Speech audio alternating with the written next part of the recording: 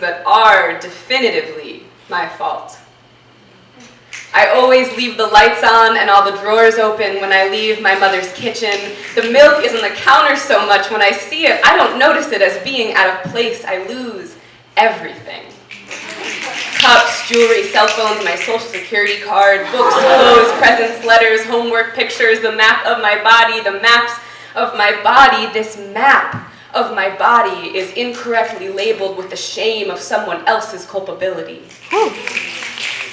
But for most of my self-involved life, I thought it was me. I thought it was the compact mirror that I shattered in the 5th grade from lazy leaning on my Hello Kitty purse, leaving it coated in this perverse, glittering guilt.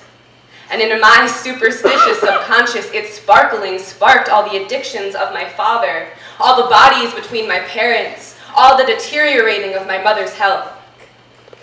You see, I am always apologizing for the original sin of being.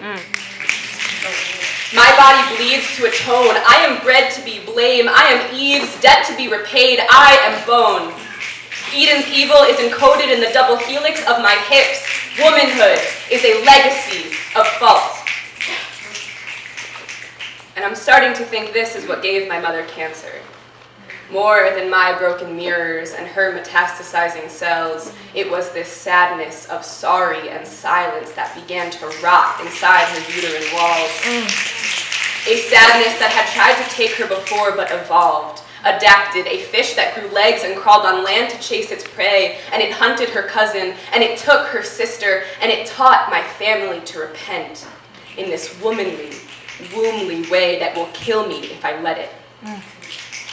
But I am unlearning quiet, unlearning apologies and miseries, unlearning this disgust of what I am fundamentally, because the only blood on my hands is my own.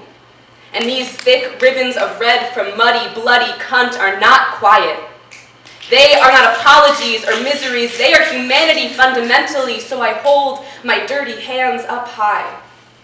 And my mother holds her dirty hands up high, high enough for me to see for the first time my own name written in the sutures on her stomach, the place where her womanhood was. And I realized I was the last to leave. I must have left the lights on and all the drawers open, and the place went to hell.